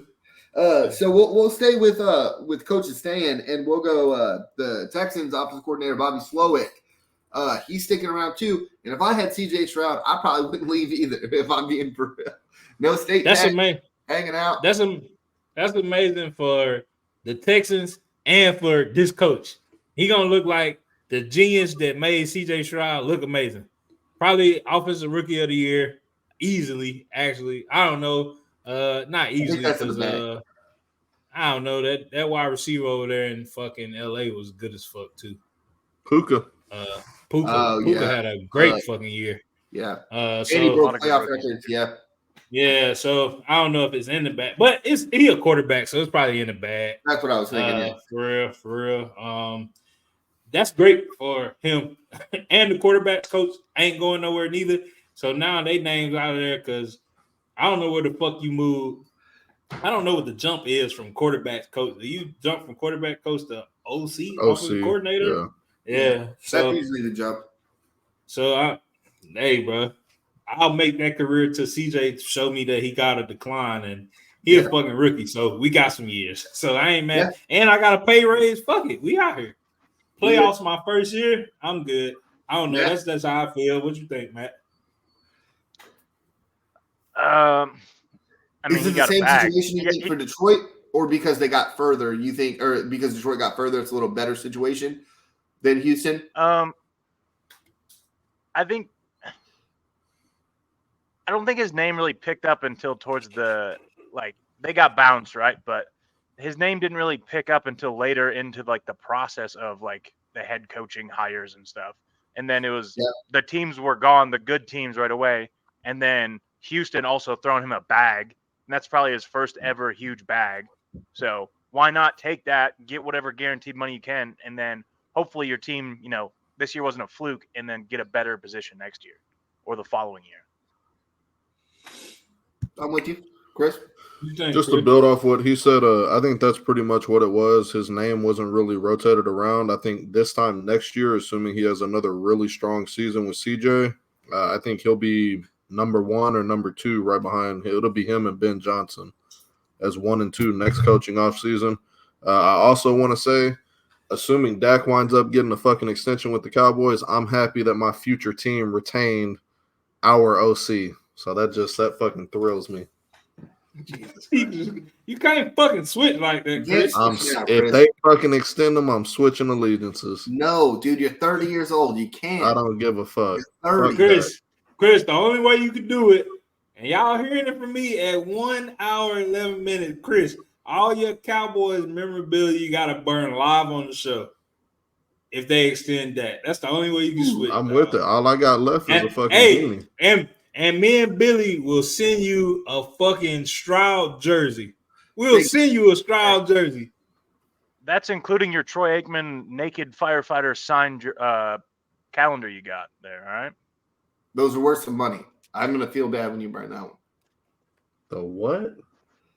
The Troy Aikman calendar, dude. The fucking 1993 calendar. Cowboys firefighter calendar. Chris, you know they got that shit. G-string Troy is what they called them. Let me throw this out there too, because we're talking about head coaches and offensive coordinators, how that's kind of going, right? We're talking a lot about getting the bag, right? Especially because Houston just paid him a shit ton of money, and they should have, and he earned it. But we're acting like the money is the motivator for the most part. I don't think so, and we're going to ask this in the coach's corner, where if you aren't going to have a great situation, why would you leave just to go be a head coach for a shitty organization? That's a dumb career move, in my opinion. I could be wrong. I'll be proven wrong. Right. To piggyback off, fuck, I hate saying piggyback. Also, to bounce off what you saying, like, I feel like money ain't the motivator. I feel like building that resume so you could get those head coaching opportunities is more important than the money you making. Because let's be for real, dog. If you're making millions, it don't matter if it's 1 million or 10. It's millions, dog. You don't give a fuck. That. Give me the 10. But see, dude, Chris, making millions. Those motherfuckers are making money. They already making money. They already rich, Chris. Like, I don't think a motherfucker gonna be like, all right, dog. Like a Bobby Slowick is. Billy, can we talk about how much money Tyreek said that he wanted to leave KC over? He'd rather make how much more money in guarantees and be in the Super Bowl every single fucking year for the rest of his career? That's a player. That's different, man. Because you could go be a dominant player everywhere and be revered as an amazing player. As a head coach, if you take that one opportunity that fucked you up, you're never looked at again. It's just not going to happen. The Josh McDaniels, the Lane Kiffins, the guys who get multiple chances, it doesn't happen like that for most head fucking coaches. It just doesn't. But there are also guys who are so good as coordinators, they're never going to be out of work. They'll always be at the top of that market. Yes, I mean, Josh McDaniels already almost screwed himself though, Chris, and maybe he has screwed himself trying to be that head coach because he shouldn't. He done did it twice and failed. And who's hiring? Hold on, Chris. Who's hiring him as an offensive coordinator now? Nobody. They don't want him there. He's a bad fucking guy. As the ratings he got as a head coach, that ruined his offensive coordinator positions. You're acting like You're just, as soon as you're a head coach, you're like, oh, well, he's a good offensive coordinator. We'll just hire him again. That's not how it works every time because of what he's done to 2 organizations. He's got a chance twice. He's done it to 2 different organizations, and you can count 3 because he went to the Colts and was like, I'll sign with you guys. And then he was like, nah, I'll wait for Bill to retire, and then I'll do that. And then that fucked up. And so you see what I'm saying, where it's not just like, oh, here's your head coach opportunity. Oh, well, you couldn't do that, but you're an offensive coordinator. No, they don't want you back in the building because you've ruined what we thought you could have been. So I don't want to go to a shitty organization. And it's wild we're talking about the Texans and the Lions as great organizations that you want to stick on to. You know what I'm saying? And you don't want to go. But Billy, we got more coaching. No, we do. You're right. So the Commanders, right? That's the last head coaching position left. Tonio, is that going to be Bill Belichick's spot? Nah, they don't want him. Who are they going to get? They don't want Braves either. They're gonna get Matt's defensive coordinator, dog. He done had a second interview with him. That's who they're gonna get, I'm sure. Matt wants that though. So I've said this on the show a couple times in the last couple weeks. So I'm rooting for everybody that's black. I hope Aaron Glenn gets it, and I hope he does a great job. I mean, he will be going to Chocolate City, dog. What's the dog from, Billy? That's a famous show, sitcom. Dog. Every time he talk, he end his words with dog, just like that. It's Martin. It's Tommy from Martin. No, Martin's not one of my blaxploitation sitcoms, man. That's crazy. I've never got but the Redskins, shit, they might go coachless for real and suspend their season, and nobody would be upset. If the Panthers can get a fucking head coach, they'll find a guy to take their money. Who the fuck is in college that's looking for a job since that? Like, where the fuck does anybody got a 20 on fucking Urban Meyer? He's probably somewhere. I'll go be an NFL coach again. Can I kick one of these guys? Yeah, all right. Yeah, fuck it. Yeah, you're good. What about the Eagles, Billy? Oh, okay. Well, let's go to the Eagles. The Eagles, I think, had the best coaching hires of the whole offseason, getting Vic Fangio and Kellen Moore. I do think it's kind of crazy. Now, Chris can sit here and shit on this all day he wants, but Kellen Moore left the Cowboys. Dak Prescott got better. Kellen Moore went to the Chargers. Justin Herbert got worse. And when I say worse, I mean like a lot worse. Dak Prescott got better, but not that much. But Justin Herbert got a lot worse. And I just think I'm a little. Maybe I won't be shitting. I know why. I know why. He wasn't that good. He's not that good. Yes, yeah. All right. But if you look at that, I know why. It's not even because he's not good. Why is it, Matt? You want to know why? When he was at Boise State, what hand was he throwing that ball with? Was he left-hand quarterback? His left hand. Are all of his quarterbacks he's coached right-handed? Yes. He's calling the plays backwards. That's what he's doing. They're good plays. They're just backwards. No, and I will say this again, and I'm going to say this on every time I get the chance. The Dak Prescott sneak in the playoffs was a fantastic call. Dak's dumbass just took another fucking 9-10 yards when you didn't have to because I can agree with him being a dumbass. When you're in field goal range, you get to field goal range and you go down. And Dak was like, I just need this 8 yards. Nah, he was fighting for yards, Billy. He was trying to score because that's what we do. Dummy. No, and I remember when he was fighting for the yards, I'm sitting here like, what a play call. As soon as I see him go up, I'm just like, fantastic play call. Jesus Christ, I didn't even see this coming. And he's fighting a linebacker for 5-10 seconds. I'm like, oh, shit, that's it. They ain't going to get it. And they didn't. But what do you – Chris, that's in your division too. Oh, I'm thrilled that the Eagles hired Kellen Moore. I'm absolutely thrilled. Their offense is about to take another shit. Defensively, I'm a little scared. A little scared of Vic Fangio now. He'll figure something out. Yeah, Vic's he's a little scary, man. He runs a nice defense. He does well with veteran players, and the Eagles' defense is all like 3 years away from fucking eating off the senior citizen menu at IHOP. So that defense is going to be, I think, pretty fucking terrifying next year. But that offense, I think AJ Brown gonna wind up stabbing somebody. Are they getting rid of fucking Bradbury? Shit, he's fucking terrible. God, he's terrible.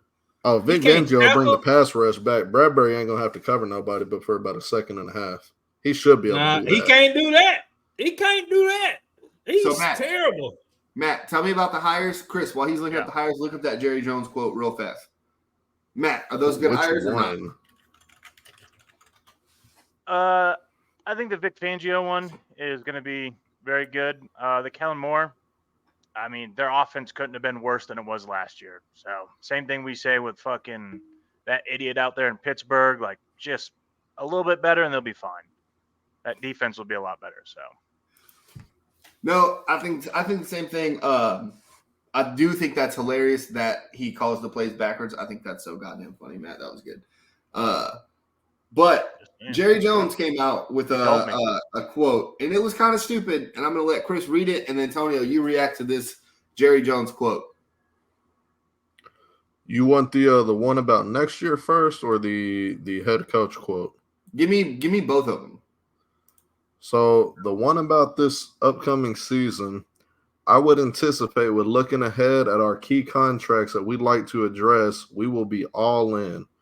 I would anticipate we will be all in at the end of this year. We will push the hell out of it. It will be going on all in on different people than you've done in the past. We'll be going all in. We've seen some things out of the players that we want to be all in on. Yes, I would say that you will see us coming this year and not build for the future. It's the best way I've ever said. That ought to answer a lot of questions, end quote. Real fast. Let's address this one before I give the one. Hold on, before we move on to that one. That gave me 100,000 more questions. That did not answer a single thing that I would ask about the Cowboys offseason. I just want to throw that out there. Go ahead, Chris. And then the quote about Bill Belichick, which this quote is the one that just really fucking drove me. I mean, they both pissed me off, but this one really fucking drove me crazy. Jones said about Belichick, I know him personally and I like him. There's no doubt in my mind we could work together. None. End quote. Antonio. Wait, did you even bring up the quote about him saying we'll go as far as Dak can take us? Did you even say that? That's a whole separate quote. He said a lot of shit. What you just read off was 30 seconds of nonsense. That's the quote we should be talking about.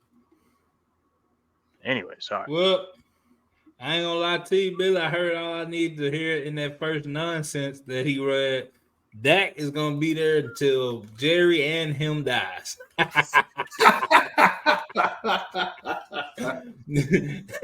Chris will be in that CJ Stroud jersey really, really soon. No, you know what? You know what's funny? Like, me and Chris, we argue all the time. But I do, and as much as I hate the Cowboys, I would love for Chris to switch allegiances, and that just happens to be the year the Cowboys get it together, and Chris just misses out. Oh, I'd be fucking pissed. His Super Bowl opportunity. I'd be watching mad as a motherfucker, man. Well, guess what, Chris? As long as Jerry in charge, you ain't gotta worry about it. That's how I feel. No, imagine Chris is a 65-year-old man. He already switches allegiances. It's Houston and Dallas in the Super Bowl, and he's just sitting there. Dallas just beats the dog shit out of Houston. He's just sitting there. Still no rings, you know. Chris, you were born in 94, so you've been alive for a ring. I was alive for a Super Bowl. I haven't seen a Super Bowl. Took baby photos with a fucking ring. Yeah. So I want to cover the coaching thing first. It's not necessarily that I hate Bill, although I think the league's passed him by as a head coach. I think defensively he's still, if he's not the best in the league, he's definitely among them. What pisses me off about this quote, we have a head coach right now, whether I like him or not, and I don't. Jerry chose not to fucking extend this guy. He's a lame duck coach, which means the locker room's already – he's going to be gone at the end of the year.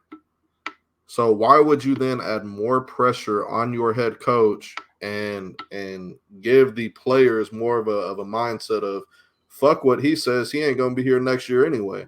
Why would you do that by saying, yeah, I could absolutely hire Bill Belichick next year? You know, I know him, I like him, we get along, I could work with him, absolutely. Why the fuck would you do that? Just keep your fucking mouth shut. Stop fucking Chris? Talking. Because it's going to be front page news, and that's all Jerry cares about. I know exactly why. But this is why the Cowboys won't ever win shit while this motherfucker's alive, and that's also exactly why he couldn't work with Belichick, and this is all just lip service. Because Bill's not going to let that shit fly. If Bill comes in, it's his operation from top to bottom. Jerry's not going to allow that shit to happen. Just like Parcells and Jimmy Johnson. Exactly. On to the other quote. He's not going to go all in. It's going to be the same shit he does every year. Cowboys are interested in this free agent. They're interested in this free agent. They're going to go after this trade target. And when it comes down to it, ain't going to be a fucking move made except trading for a 35-year-old washed-up cornerback. That's all it's going to be. Who played great. You need to go. Who? Gilly. You look like shit. Gilmore ain't looked like shit since he left the Patriots. Fuck Gilmore. Should have stayed there. Bitch ass, old ass, dread wearing ass. Either way, he need to be all in on making Michael stop doing podcasts. He sound like Draymond. Like, bro, y'all just shut the fuck up and play ball, man. Draymond has rings. Draymond can do whatever he wants. Yeah, he can, but it's the bitching. It's like, bro, stop talking about other team, dog. And it ain't the shut up and dribble shut up. It's the, bro, you just got your ass whooped. Now you talking about this other team losing. You just talking too much while being a complete fucking zero in the last game of the season. Bro was talking bad after San Fran blitzed y'all ass. Like, he just got on. Hey, let me ask this real fast. I'm gonna go to Matt first, Tonio, but you go right after. Matt, do you think Tonio would be singing a different tune if Micah Parsons had 5 sacks and a forced fumble in the playoff game? Shut up, Chris. I don't think so because he didn't win. Matt, you know me. No, because he didn't win. Come on, Billy. I would say, damn, Micah had a good game, but he didn't have 6 sacks and 2 forced fumbles, so that didn't make them fucking win. Like, that's exactly what Billy, he didn't have that shit. I don't know. I don't even remember Micah in the playoff game. I don't. He didn't. I don't think he got a single pressure. Fuck a sack. He didn't get a pressure. I remember Jordan Love. Yeah, 2 I remember Jordan Love just sitting there, like, you know what, Matt. Like a fucking Chris, statue. Hey, and it was for Chris. Hey, Chris, you said you didn't know about me at the beginning of the season. How you like me now, bitch? That's all I remember. What did Shaq say? What did Shaq say? I'm sorry, Jordan. I was unfamiliar with your game. So I just I don't know, bro. I feel like, and like I said, I ain't like shut up and dribble. I'm like, bro, shut the fuck up and play, goddamn it. You ain't even playing. You out here like like you said, Billy Draymond got 4 of them hoes. Yeah, Micah, you ain't been to the second round. You ain't got 4 sacks in the playoffs, homeboy. Come on now. Damn, bro. Never mind 4 rings. How you talking about the Eagles, dog? They just left the Super Bowl last year. So you talking about motherfuckers that just came to where you not gonna get maybe in your career because of where you at, dog. Chill out, man. You can't do that shit, bro. You can't do it. Right. I'm sorry, but go ahead. What's next, baby? Did we want to cover the Orioles, or we yes. going the best one? Okay. Yeah, real fast. No. Shout out to John, real fast. John was asking us to talk more baseball, and John, here you go. I hate it when sorry, John. Sorry, John. Sorry, John. Do you want me to get the breakdown, Billy? Yes, go. Okay, so the Orioles. Baltimore Orioles are finally free of their trash ass owner John Angelos, who has become famous over the last season, both for suspending their lead broadcaster when he pointed out that the Orioles won more games last year against Tampa Bay than they had the 2 years previous combined because they've been a garbage franchise for the last 20 years. Just take it away. And then the other thing that really pissed the fan base off, the Orioles were great last year, and it's on the back of their young core. They've had a top-tier farm system for about the last 3 to 5 years. A lot of those guys came up last year, and they were all fucking great. And John Angelos thought it would be a great idea to publicly state there was no way that he would be able to sign and keep this young core together without dramatically raising ballpark prices. So the fan base is completely out on John Angelos, and now they can be completely without him because he no longer has a controlling stake in the team. He's selling the team to an investment group headed by Carlyle Group co-founder David Rubenstein. Carlyle Group is an investment firm. And then Orioles legend Cal Ripken Jr. and I believe I saw Grant Hill were also two of the guys that were kind of going to be the faces of it. Cal Ripken Jr. is the Iron Man, most consecutive games started in baseball history, a Baltimore Oriole legend, Hall of Famer for their team. I think it's a great thing for Baltimore. Hey, my concern is you got to tell people who Grant Hill is too, dog. Don't disrespect Grant. Oh, Grant Hill's a Hall of Fame basketball player, but he ain't played for the Orioles and he ain't played baseball, so he's not as relevant to this topic. to his name. But my concern is I think it'll be more of the same in Baltimore. Even though I'm happy John Angelos is out, it's an investment firm. Like investment firms buy shit to make money off of it. They're only going to put so much money in if that money that they put in results in them getting even more money out of it. So I also don't think that they're going to sign this entire young core without also dramatically raising prices. But you don't fucking say that publicly. Like, just as an owner and as a businessman, you don't fucking say like, hey, don't bother supporting this team because all these guys y'all love, they're not going to be here in 6 years once their arbitration and controllable years are done. Like, why the fuck would you do that? So I think I'm with Chris. I and it's rare that I agree with Chris, but Chris knows some shit. Twice in one show. Yeah, I know, bro. I'm feeling nauseous. Investment firms do exactly what Chris say. They invest in shit to get capital out of it. They not finna keep this team for long. And what that's gonna do? They just gonna look for the next highest buyer, and this team finna be looking for owners for the next few years, and that's gonna kind of suck at keeping that young core together. It's probably not gonna happen, but they probably gonna, in the process of them looking for owners every year, they probably still, like Chris said, gonna raise them prices. So fans gonna drop off, and once the fans start dropping and the people stop coming to watch them play, then the money go down. Now I don't know, somebody gonna catch the Orioles for cheap now, I think, because this was gonna an investment, unless Cal Ripken is like, hey guys, this is what we gotta do with a baseball franchise. Like, we can't just invest and then let's watch our money build. We kind of gotta win. Like, if he's not the front runner on that shit, which I anticipate that he's not. He's probably a part of the group, but I don't think he's probably gonna be the figurehead of the group. Yeah, see, and if they listen to him, then they got some potential. But if not, if he just the figurehead without being some of the capital spending spender on there, yeah, it'll be pretty bad for him. What you think, Matt? I could give a fuck less. Unless, like, if they're not going to spend money, it's not going to do anything. They're just going to build through their farm. It's not going to change anything. They're just not going to have a shitty owner anymore. Still the number one farm system in baseball, by the way, with still the number one prospect again this year for, I think, the third or fourth straight year. But they will, though, Matt. If they don't invest, then they'll be just like the other owner. They just ain't going to say that shit publicly. They'll still have a shitty owner or shitty owners. What do you think, Bill?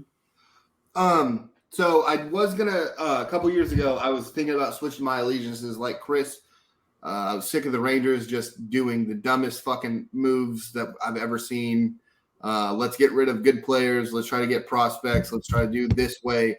And then they changed it to let's fucking overpay for every single infielder we can try to overpay for. So I've seen both sides of it. Baltimore is a great city for baseball. They are big fans in Baltimore. Cal Ripken being the figurehead, I understand that you guys are kind of questionable about that. But that's one of the best baseball moments we've ever seen when Alex Rodriguez moved Cal Ripken.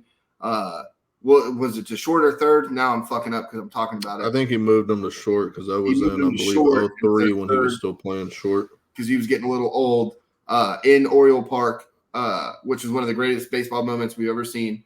I think him being there to kind of talk about it, it's kind of like when Nolan Ryan was there with the Rangers and kind of being like, hey, we really need to get some pitching out there because everybody hits home runs off us. We got to figure something out. So I could see this young core, like Chris said, this young core can be there for the most part. They just won the AL East last year. I think this can be a sign of things to come because the Yankees are just going to overpay for just bad strikeout players who hit home runs, and you can beat them with small ball. The Rays have literally been doing that for the last 10 years now? 15 years. Shit. Went to the World Series in 08, I believe it was.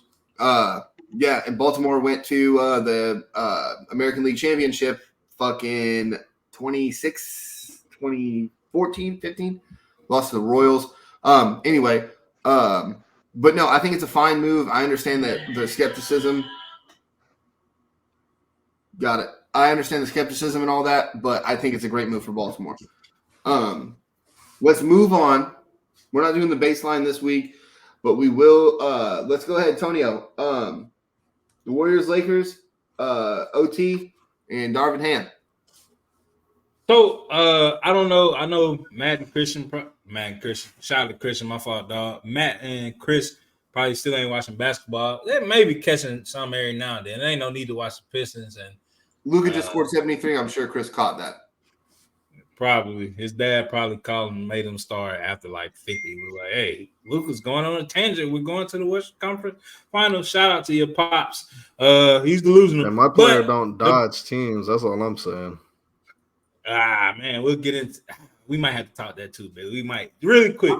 But because I don't want to go. We doing good on time, but I want to talk about two of the older people in the league. Everybody's always saying, somebody got to take over the face of the league. It's supposed to be Ja, it's supposed to be Zion, it's supposed to be Wemby. And the figureheads in the face of the league still LeBron James, Steph Curry.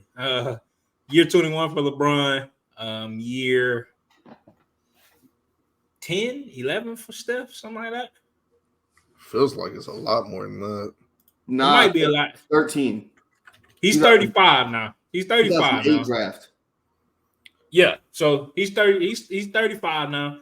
So Chris, double check us on there. That's why we got Chris. He's our statistician. But they went into a double overtime game, Billy, and it was some of the greatest basketball I've watched in a minute, dog. Like just raw basketball, no foul calls. Like, well, the Lakers went to the line 43 times, but you're 14. 14. Shit. 14. Yo. The Warriors also, I want to debunk that really quick. Everybody was like, well, the Warriors only shot 16 free throws. Well, they also attempted 58 threes. So when you shoot 58 fucking threes, you probably ain't going to get 40 free throws. I don't know. You know, it just not a conspiracy theorist, but I watched putting out there, Chris.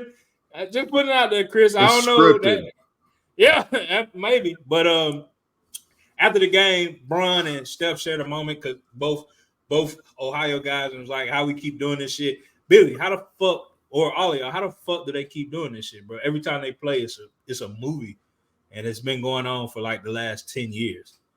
How the fuck does look? I don't even kick. Go ahead. No, I was just gonna say, I really believe Bron came out and said that Steph keeps him young. I really believe every game I've watched LeBron play against Steph, LeBron, whatever year it is, he does take his game up a notch playing those guys. I think LeBron is one of the best we've seen. Ignoring the GOAT conversation, every game LeBron is in where he is against the new figurehead or the new face of the league, LeBron takes it up a notch to show, I don't know if it's showing it for himself or showing it for the league, but to say, like, I'm still fucking right here. Like, I'm not just some old fucking guy anymore. I'm not some old guy now. But I could be wrong. He said, like I said, he said it. Steph keeps him young. The basketball that we see LeBron play against these Warriors, like you said, is some of the most unbelievable shit that we've seen in a long time. And I think it's and you can correct me if I'm wrong, Tonio, but I think it's it's getting to basketball where it's bad now. We will talk Joel. I'm sorry, I want to talk Joel, where he's ducking Joker. It seems like where LeBron, who gets the hate for ducking people or sitting or not showing up when he's supposed to show up, when he does it, you're like, well, he's supposed to do it. And that's what we're seeing now. Yeah, we'll get to Joel and I'm what did Eddie Murphy say? What did Eddie Murphy say on Coming to America? I repose my throne for Joel. But how you feel about that, Chris? Like these matchups just over the years, the Warriors, and not just on LeBron's side, because we've seen the Warriors play amazing basketball too. It's just been amazing basketball to watch. How you feel about that? Like the Steph LeBron rivalry. I think it's probably the best rivalry in basketball I've seen since, for me personally, like the Dirk and Wade thing. I don't think Kobe ever really had a good rival that pushed him, just because he was always on, he was always locked in. And there's no other great player that really pushed anybody there was no equal to Jordan when he played in the 90s. Yeah, there was Isaiah in the 80s, but Isaiah owned him. That wasn't a rivalry. That was a domination. Yeah. And this thing with LeBron and Steph, like they go back and forth, and it seems like they always bring out the absolute best in each other every time that they take the court together. It's been fun to watch. It was crazy, bro. Steph had 43, bro. Like it wasn't I remember where I was when Bron won that title with the Cavs against Golden State. I was at my store in the fucking break room watching him do that chase down block. Was just like, oh my fucking God, he's gonna do it for real. It was just like, it was a crazy experience, man. Matt, what you think, man? I know you don't like basketball for real. It's LeBron.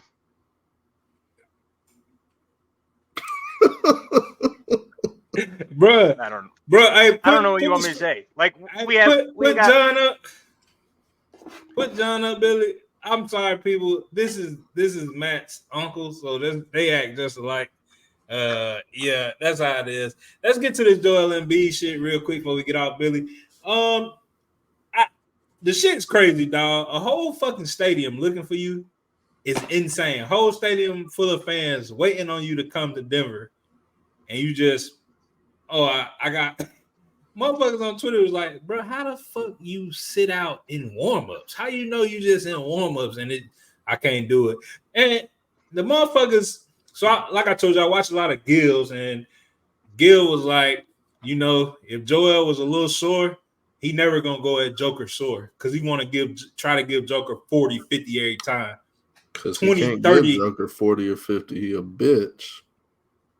I mean, now when they do play, when they do play, he gives Joker work. Now it's vice versa. It ain't no landslide work because Joel can put up 45. No, Antonio, it's him sitting in Denver. That's the thing. Yeah, now that's what I'm saying. Like, okay. Now I'm just giving Chris the matchup. When they go at it, they do go at it. They bump heads because, but it's really weird to me, Chris. I ain't never seen no shit. It's some whole ass shit for real. I know that's what Shaq and Chuck wanted to say on Inside the NBA, but they say what they want, but to a certain extent because it's you can't say whole ass shit.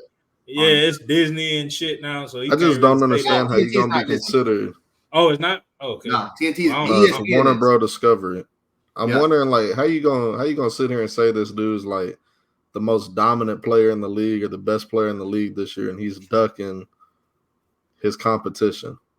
It's crazy, dog. And you know what's even crazier about Joel?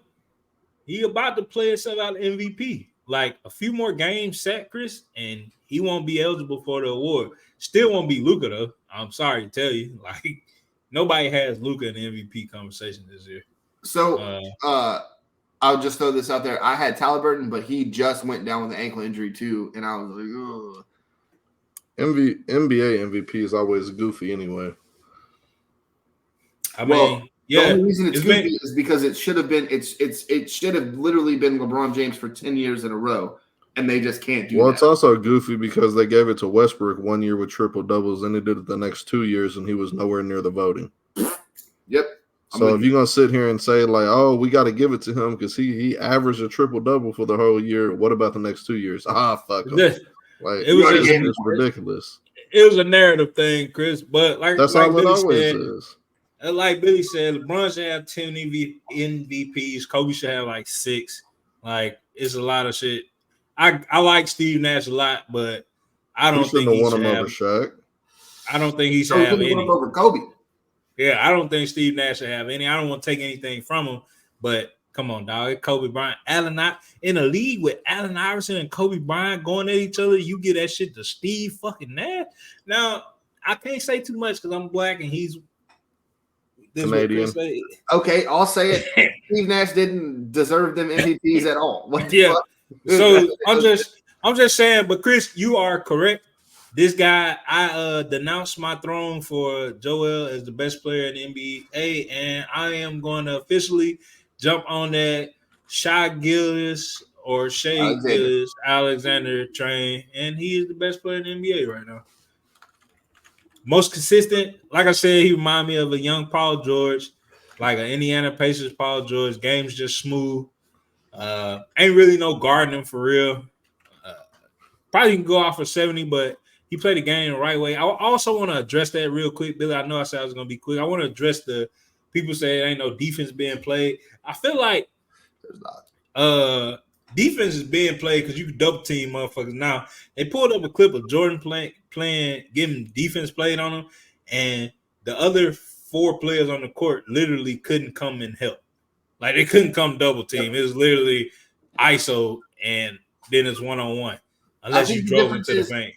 I love that you brought that up. That is a good point. But I think the difference is if we look at Luka's, you could literally see him driving to the basket and everyone kind of not getting out of his way per se, but they were just kind of drifting a little bit more. He hit 8 threes. He had 8 threes, but that's still the rest of his points. I think, Billy, because they weren't playing bad defense. They weren't like, ole. They weren't doing that shit. They were playing Luka defense, yeah.